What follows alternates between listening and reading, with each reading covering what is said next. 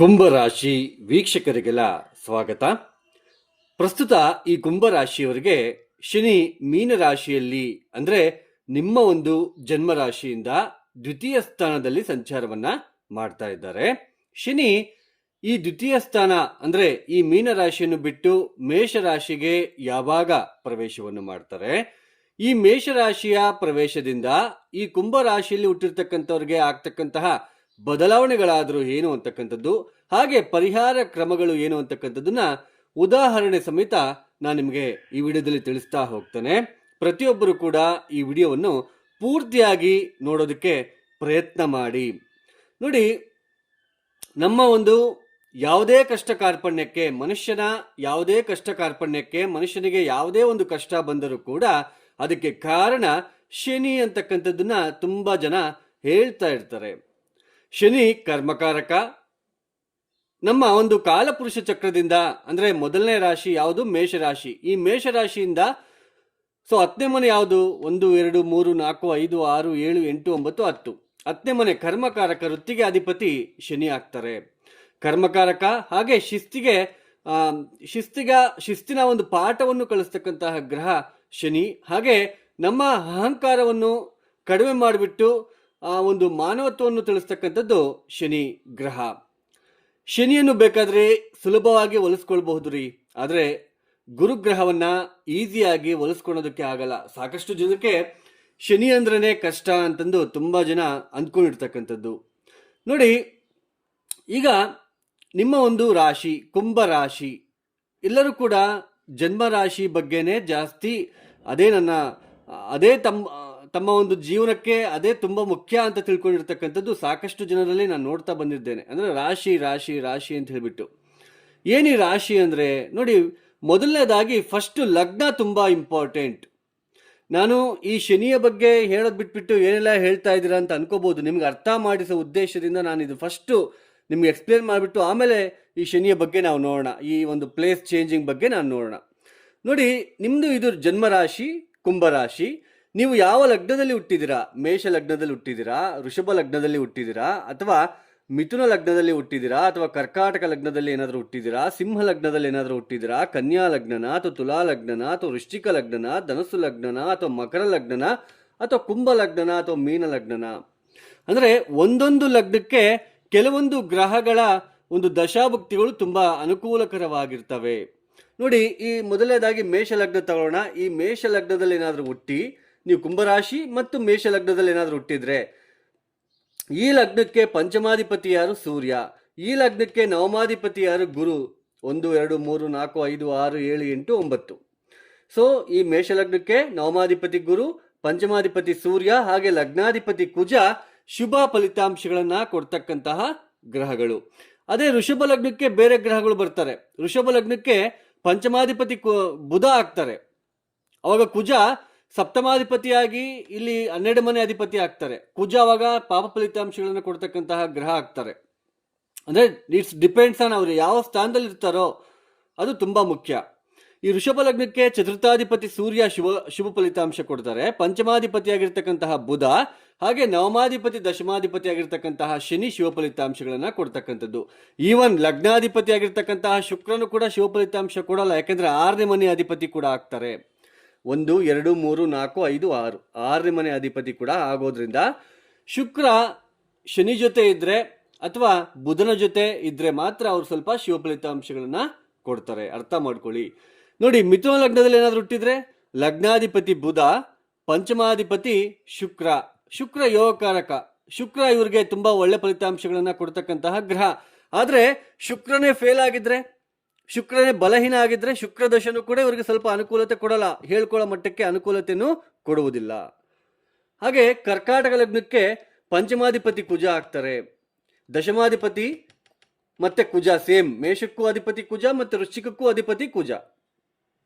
ಅಂದ್ರೆ ಒಂದೊಂದು ಲಗ್ನಕ್ಕೆ ಕೆಲವೊಂದು ಗ್ರಹಗಳ ದಶಾಭಕ್ತಿಗಳು ನಮಗೆ ತುಂಬಾ ಅನುಕೂಲಕರವಾಗಿರ್ತವೆ. ಕೆಲವೊಂದು ನೆನಪಲ್ಲಿ ಇಟ್ಕೊಳ್ಳಿ. ನೋಡಿ, ಇದನ್ನೆಲ್ಲ ಹೇಳ್ತಾ ಇರ್ತಕ್ಕಂತಹ ಉದ್ದೇಶ ನೋಡಿ, ನಿಮ್ಮ ಜನ್ಮ ರಾಶಿ ಕುಂಭರಾಶಿ, ಚಂದ್ರ ಯಾವ ನಕ್ಷತ್ರದಲ್ಲಿ ಇರ್ತಾರೋ, ಯಾವ ನಕ್ಷತ್ರದಲ್ಲಿ ಸ್ಥಿತರಾಗಿರ್ತಾರೋ ಆ ನಕ್ಷತ್ರಾಧಿಪತಿಯಿಂದ ದಶಾ ಪ್ರಾರಂಭ ಆಗುತ್ತೆ. ಕುಂಭರಾಶಿಯಲ್ಲಿ ಏನಾದರೂ ನೀವು ಧನಿಷ್ಠ ನಕ್ಷತ್ರದಲ್ಲಿ ಏನಾದರೂ 3-4ನೇ ಪಾದದಲ್ಲಿ ಏನಾದರೂ ಹುಟ್ಟಿದ್ರೆ ನಿಮಗೆ ಕುಜ ದಶ ಪ್ರಾರಂಭ ಆಗಿರುತ್ತೆ. ಅಂದರೆ ನೀವು ಹುಟ್ಟಿದ ತಕ್ಷಣನೇ ಆ ದಶ ಪ್ರಾರಂಭ ಆಗುತ್ತೆ, ಕುಜ ದಶ. ನೀವು ಒಂದು ವೇಳೆ ಶತಭಿಷ ನಕ್ಷತ್ರದಲ್ಲಿ ಏನಾದರೂ ಹುಟ್ಟಿದ್ರೆ ರಾಹು ದಶ ಪ್ರಾರಂಭ ಆಗಿರುತ್ತೆ. ನೀವು ಹುಟ್ಟಿದ ಒಂದು ಸಮಯದಿಂದ ರಾಹು ದಶ ಪ್ರಾರಂಭ ಆಗ್ತಾ ಹೋಗುತ್ತೆ. ಅದೇ ರೀತಿ ನೀವು ಪೂರ್ವಭಾದ ನಕ್ಷತ್ರದಲ್ಲಿ ಏನಾದರೂ ಹುಟ್ಟಿದ್ರೆ ಗುರು ಮಹಾದಶ ಪ್ರಾರಂಭ ಆಗುತ್ತೆ. ಅಂದರೆ ಧನಿಷ್ಠ ನಕ್ಷತ್ರದಲ್ಲಿ ಹುಟ್ಟಿದಾಗ ಕುಜ ದಶ, ಕುಜ ಆದ್ಮೇಲೆ ಯಾರು ಬರ್ತಾರೆ? ರಾಹು ದಶ. ರಾಹು 18 ವರ್ಷ, ರಾಹು ಆದ್ಮೇಲೆ ಗುರು ದಶ 16 ವರ್ಷ, ಗುರು ಆದ್ಮೇಲೆ ಶನಿ ಮಹಾದಶ 19 ವರ್ಷ. ಈ ತರ ಒಂದೊಂದೇ ದಶ ಬಂದಾಗ ನೀವು ಯಾವ ಲಗ್ನದಲ್ಲಿ ಹುಟ್ಟಿರ್ತೀರೋ ಆ ಲಗ್ನಕ್ಕೆ ಯಾರು ಶುಭ ಫಲಿತಾಂಶ ಕೊಡ್ತಾರೋ ಆ ದಶ ಬಂದಾಗ ಅವ್ರು ತುಂಬಾ ಅನುಕೂಲ ಸ್ಥಿತಿ ಇರುತ್ತೆ. ಇದನ್ನ ಅರ್ಥ ಮಾಡ್ಕೊಳ್ಳಿ, ಗ್ರಹ ಸ್ಥಿತಿ. ಆಮೇಲೆ ಸ್ಟ್ರೆಂತ್ ಆಫ್ ದಿ ಪ್ಲಾನೆಟ್ ಅಂದ್ರೆ ಅಷ್ಟಕ ವರ್ಗ ಬಿಂದುಗಳು ತುಂಬಾ ಇಂಪಾರ್ಟೆಂಟ್. ಈಗ ಶನಿ ನಿಮ್ಮ ಒಂದು ಜನ್ಮರಾಶಿಯಿಂದ ದ್ವಿತೀಯ ಸ್ಥಾನದಲ್ಲಿ ಇದ್ದಾರೆ. ನೆಕ್ಸ್ಟ್ 3ನೇ ಮನೆಗೆ ಹೋಗ್ತಾರೆ, 4ನೇ ಮನೆಗೆ ಹೋಗ್ತಾರೆ ನಿಮ್ಮ ಜನ್ಮರಾಶಿಯಿಂದ, ಆಮೇಲೆ ಪಂಚಮಕ್ಕೆ ಹೋಗ್ತಾರೆ. ಅಂದ್ರೆ ಈ ತರ ಒಂದೊಂದೇ ಮನೆ ಪ್ರವೇಶ ಆದಂತೆಲ್ಲ ನಮ್ಮ ಒಂದು ಜನ್ಮ ಜಾತಕದಲ್ಲಿ ಒಂದೊಂದು ಗ್ರಹ ಅಷ್ಟಕವರ್ಗ ಬಿಂದುಗಳಂತ ಪಾಯಿಂಟ್ಸ್ ಅಂತ ಕೊಟ್ಕೊಂತ ಬಂದಿರ್ತಾರೆ. ಇಲ್ಲೇನಾದ್ರೂ 0, 1, 2 ಏನಾದ್ರು ಕೊಟ್ಟಿದ್ರೆ ಶನಿ ಬಲಹೀನ ಅಂತ ಅರ್ಥ. ಇಲ್ಲೇನಾದ್ರೂ 0, 1, 2 ಏನಾದ್ರು ಕೊಟ್ಟಿದ್ರೆ ಮತ್ತೆ ಇಲ್ಲಿ ಶನಿ ಬಲಹೀನ ಅಂತ ಅರ್ಥ. ಈವನ್ 7.5 ಶನಿ ಮುಗಿದ್ರೂ ಕೂಡ 0, 1, 2 ಬಿಂದುಗಳೇನಾದ್ರು ಕೊಟ್ಟಿದ್ರೆ ಶನಿಯಿಂದ ಹೇಳ್ಕೊಳ್ಳೋ ಒಂದು ಅಷ್ಟು ಫಲಿತಾಂಶ ನಮಗೆ ಸಿಗೋದಿಲ್ಲ ಅಂತ ಅರ್ಥ. ನೀವು ಬೇಕಾದ್ರೆ ನೋಡಿ, ಇನ್ನೇನು ಕುಂಭರಾಶಿಯವರಿಗೆ ತೃತೀಯ ಸ್ಥಾನಕ್ಕೆ ಬಂದ್ರು ನೀವು ತುಂಬಾ ಅನುಕೂಲ, ಕೋಟಿಗಟ್ಟಲೆ ಸಂಪಾದಿಸ್ತಾರೆ ಅಂತ ನಿಮಗೆ ಹೇಳ್ತಾರೆ ಇನ್ಮೇಲೆ. ಆದರೆ ಅದು ತಪ್ಪು, ಅದು ಆ ಥರ ಇರೋದಿಲ್ಲ. ಕುಂಭರಾಶಿಯಲ್ಲಿ ಲಕ್ಷಾನುಗಟ್ಟಲೆ ಹುಟ್ಟಿರ್ತಾರೆ. ಅವರ ವೈಯಕ್ತಿಕ ಜನ್ಮ ಜಾತಕದಲ್ಲಿ ಯಾವ ದಶಾಭುಕ್ತಿ ನಡೀತಾ ಇದೆಯೋ ಅದು ತುಂಬಾ ಮುಖ್ಯ. ನಿಮ್ಮ ದಶಾಭುಕ್ತಿ ಚೆನ್ನಾಗಿಲ್ಲ ಅಂದ್ರೆ, ಅನುಕೂಲತೆ ಇಲ್ಲ ಅಂದ್ರೆ, ಈಗ ನಾನು ಹೇಳಿದೆ ಫಾರ್ ಎಕ್ಸಾಂಪಲ್, ಇನ್ನೊಂದು ಎಕ್ಸಾಂಪಲ್ ನಾನು ನಿಮಗೆ ಕೊಡ್ತೇನೆ. ಈ ಮೇಷ ಲಗ್ನಕ್ಕೆ ತೃತೀಯಾಧಿಪತಿ ಬುಧ ಆಗ್ತಾರೆ, ಮಿಥುನಕ್ಕೆ ಅಧಿಪತಿ. ಹಾಗೆ 1, 2, 3, 4, 5, 6 ತೃತೀಯಾಧಿಪತಿ, ಇದಕ್ಕೂ ಬುಧ ಅಧಿಪತಿ, ಈ ತೃತೀಯಾಧಿಪತಿ ಕೂಡ ಬುಧ.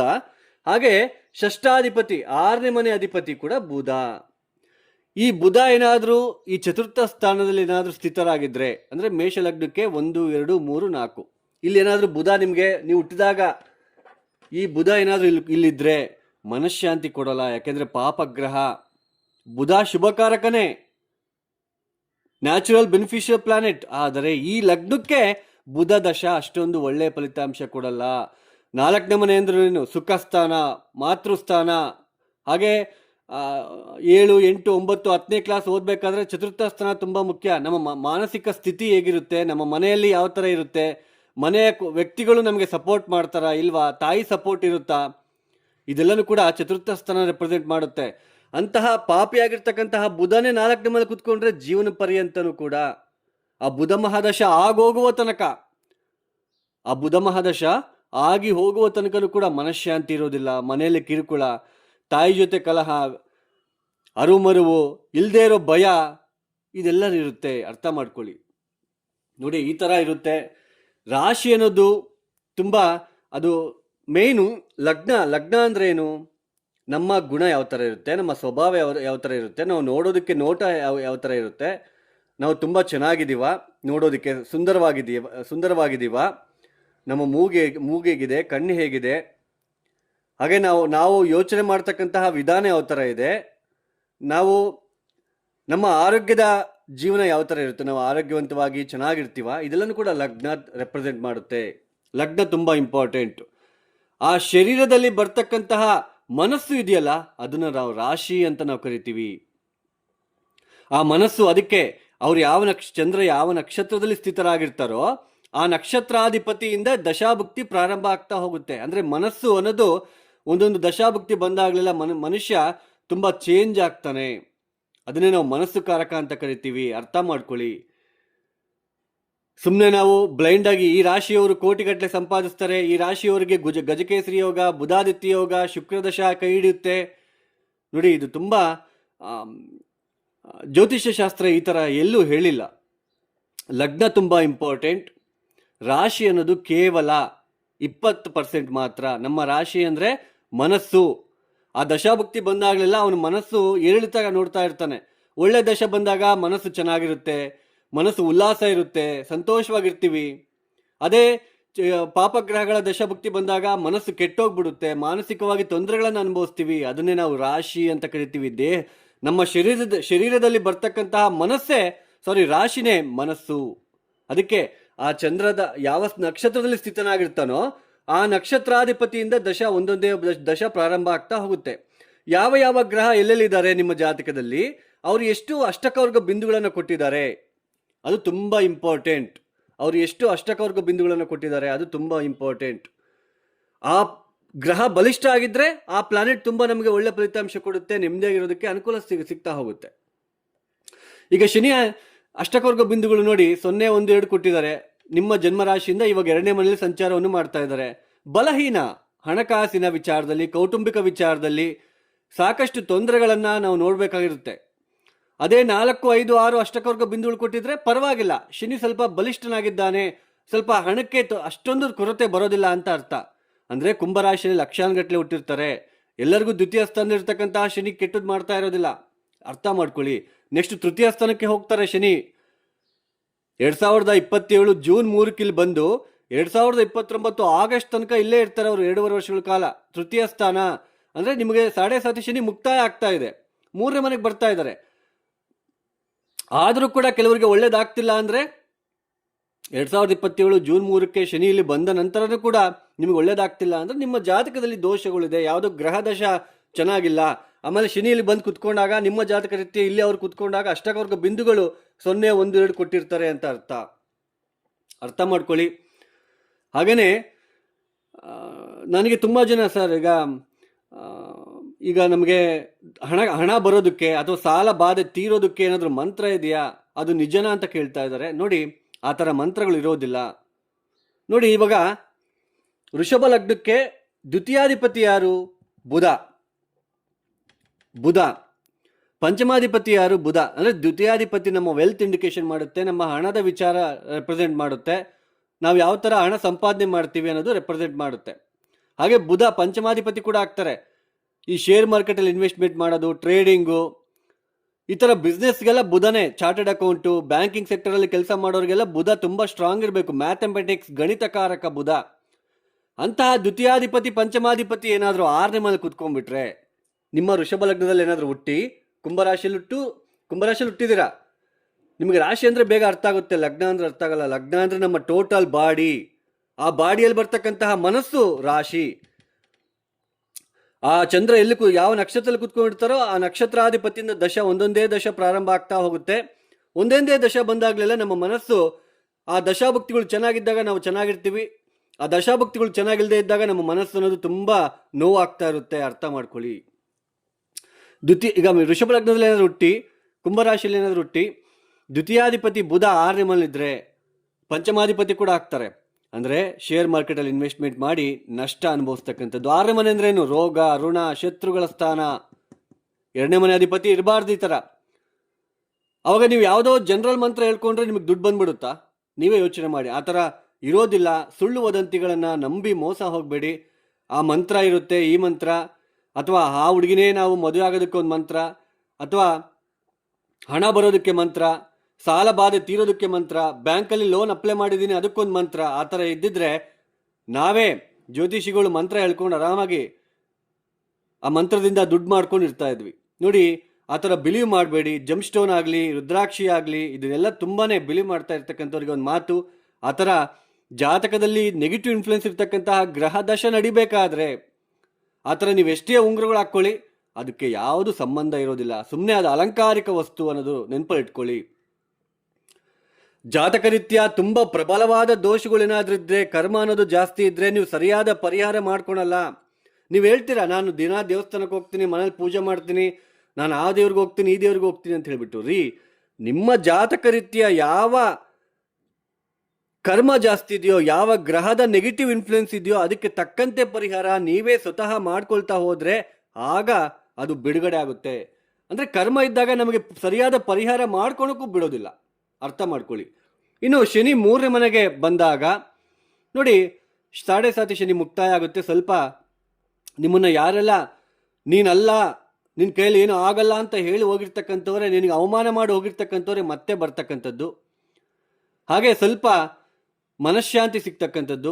ಪ್ರಯಾಣಗಳನ್ನು ಮಾಡ್ತಕ್ಕಂಥದ್ದು. ಆದರೆ ಸೋದರರ ಜೊತೆ ಭಿನ್ನಾಭಿಪ್ರಾಯ ಇರುತ್ತೆ ಈ ಸಮಯದಲ್ಲಿ, ಸೋದರ ಸೋದರಿಯರ ಜೊತೆ ಭಿನ್ನಾಭಿಪ್ರಾಯ. ಹಾಗೆ ತುಂಬ ಇಲ್ಲಿ ಜನ್ಮರಾಶಿಯಲ್ಲಿ ಶನಿ ಅಥವಾ ಸಾಡೆ ಸಾತಿ ಶನಿ ಇದ್ದಾಗ ಭಯ, ಅನಾವಶ್ಯಕ ಭಯ ಪಡ್ತಾ ಇರ್ತೀರಾ, ಸುತ್ತ ಭಯ ಮನಸ್ಸು ಸರಿ ಇರೋದಿಲ್ಲ, ಹಣ ಹುಟ್ಟೋದಿಲ್ಲ, ಎಲ್ಲ ಅವಮಾನ ಮಾಡಿರ್ತಾರೆ, ತುಂಬ ತೊಂದರೆಗಳನ್ನು ಅನುಭವಿಸ್ತಾ ಇರ್ತೀರಾ, ಕಾನ್ಫಿಡೆನ್ಸ್ ಇರೋದಿಲ್ಲ. ಬಟ್ ತೃತೀಯ ಸ್ಥಾನಕ್ಕೆ ಬಂದಾಗ ಅದ್ರ ವಿರುದ್ಧ ಇರುತ್ತೆ. ಕಾನ್ಫಿಡೆನ್ಸ್ ಕೊಡ್ತಾನೆ, ಆತ್ಮವಿಶ್ವಾಸ ಹೆಚ್ಚಾಗುತ್ತೆ, ಕೆಲಸ ಮಾಡ್ತೀರಾ, ಹಣ ಒಂದು ಸಂಪಾದನೆ ಮಾಡ್ತೀರಾ, ಚೆನ್ನಾಗಿರುತ್ತೆ. ಆದರೆ ಅಷ್ಟಕವರ್ಗ ಬಿಂದುಗಳು ಎಷ್ಟು ಕೊಟ್ಟಿದ್ದಾರೆ ನೋಡ್ಕೋಬೇಕು. ದಶಾಭುಕ್ತಿಗಳು ಚೆನ್ನಾಗಿದ್ರೆ, ನಿಮಗೆ ಯಾವ ದಶ ನಡೀತಾ ಇದೆಯೋ ಅದು ಮುಖ್ಯ. ನಿಮಗೆ ಬುಧ ಮಹಾದಶ ನಡೀತಾ ಇದ್ರೆ, ಬುಧ ಚೆನ್ನಾಗಿಲ್ಲ ಅಂದರೆ ಚೆನ್ನಾಗಿರೋದಿಲ್ಲ. ಅವಾಗೆಲ್ಲ ಶನಿ ಮೇಲೆ ಆಗ್ತೀರಾ ನೀವು. ನಾವು ಅರ್ಥ ಮಾಡ್ಕೊಳೋದು ತುಂಬ ಇದೆ. ನಿಮ್ಗೆ ಅರ್ಥ ಮಾಡಿಸೋ ಉದ್ದೇಶದಿಂದ ನಾನು ಇದನ್ನೆಲ್ಲ ಎಕ್ಸ್ಪ್ಲೇನ್ ಮಾಡ್ತಾ ಇರ್ತಕ್ಕಂಥದ್ದು. ದಯವಿಟ್ಟು ನಿಮಗೆ ಯಾರೆಲ್ಲ ಈ ವಿಡಿಯೋನ ನೋಡ್ತಾ ಇದ್ದೀರಾ, ನಿಮ್ಗೆ ಇಷ್ಟ ಆಗಿದ್ರೆ ಮಾತ್ರ ಲೈಕ್ ಮಾಡಿ, ಶೇರ್ ಮಾಡಿ, ಸಬ್ಸ್ಕ್ರೈಬ್ ಮಾಡ್ಕೊಳ್ಳಿ. ಹಾಗೆಯೇ ಯಾರಿಗಾದರೂ ಆಸ್ಟ್ರಾಲಜಿ ಕನ್ಸಲ್ಟೇಷನ್ ಬೇಕು ಅಂತಂದರೆ ಡಿಸ್ಪ್ಲೇ ಆಗ್ತಿರೋ ನಂಬರ್ಗೆ ನೇರವಾಗಿ ಕರೆಯನ್ನು ಮಾಡಿ. ಪ್ರಾಬ್ಲಮ್ಸ್ನ ಹೇಳ್ಕೋಬಾರ್ದು. ಜ್ಯೋತಿಷ್ ಹತ್ರ ನೀವೇ ಪ್ರಾಬ್ಲಮ್ಸ್ ಹೇಳ್ಕೊಂಡ್ರೆ ಇನ್ನೇನಿರುತ್ತೆ. ಸೊ ನಾವು ಎಕ್ಸ್ಪ್ಲೇನ್ ಮಾಡಬೇಕು. ಜಾತಕ ಈ ಥರ ಇಟ್ಕೊಂಡ್ಬಿಟ್ಟು ನಿಮಗೆ ಈ ಥರ 4ನೇ ಮನೆಯಲ್ಲಿ ಬುಧ ಇದ್ದಾನೆ, ಅವನು 6ನೇ ಮನೆ ಅಧಿಪತಿ ಆಗ್ತಾನೆ, ನೀವು ಮನಃಶಾಂತಿ ಇಲ್ಲ, ಬುಧನಿಗೋಸ್ಕರ ಏನು ಮಾಡಬೇಕು? ಹೋಮ ಮಾಡಿಸಿದ್ರೆ ನೋಡಿ, ಬುಧ ಇಲ್ಲಿ ಜಲತತ್ವ ರಾಶಿಯಲ್ಲಿ ಇದ್ದಾನೆ. ಅವಾಗ ನೀವು ಮೇಷಲಗ್ನದಲ್ಲಿ ಏನಾದರೂ ಹುಟ್ಟಿ ಕುಂಭರಾಶಿಯಲ್ಲಿ ಹುಟ್ಟಿದ್ರೆ ಬುಧನಿಗೆ ಹೋಮ ಮಾಡಿಸ್ಬಿಟ್ರೆ ಸರಿ ಹೋಗುತ್ತೆ ಅಂತ ಯಾರಾದರೂ ಹೇಳಿದರೆ ನೀವು ನೆನಪಲ್ಲಿ ಇಟ್ಕೊಳ್ಳಿ. ಇದು ಜಲತತ್ವ ರಾಶಿ. ಜಲತತ್ವ ರಾಶಿಯಲ್ಲಿ ಗ್ರಹಗಳು ಇದ್ದಾಗ ಹೋಮ ಮಾಡಿಸಿದ್ರೆ ಅದು ವ್ಯರ್ಥ ಆಗುತ್ತೆ. ಅರ್ಥ ಮಾಡ್ಕೊಳ್ಳಿ. ಯಾವ ಗ್ರಹ ಎಲ್ಲಿದ್ದಾರೆ ಅದಕ್ಕೆ ತಕ್ಕಂತೆ ನಾವು ಪರಿಹಾರಗಳನ್ನು ಮಾಡ್ಕೋಬೇಕು. ಸುಮ್ಮನೆ ಕೆಳಗಡೆ ಬಿದ್ದು ಒದ್ದಾಡಬೇಡಿ, ಹಣವನ್ನು ನಷ್ಟ ಮಾಡ್ಕೋಬೇಡಿ. ಇನ್ನು ಸರ್ವೇ ಜನ ಸುಖಿನೋ ಭವಂತು. ಧನ್ಯವಾದಗಳು. ಜೈ ಶ್ರೀರಾಮ್.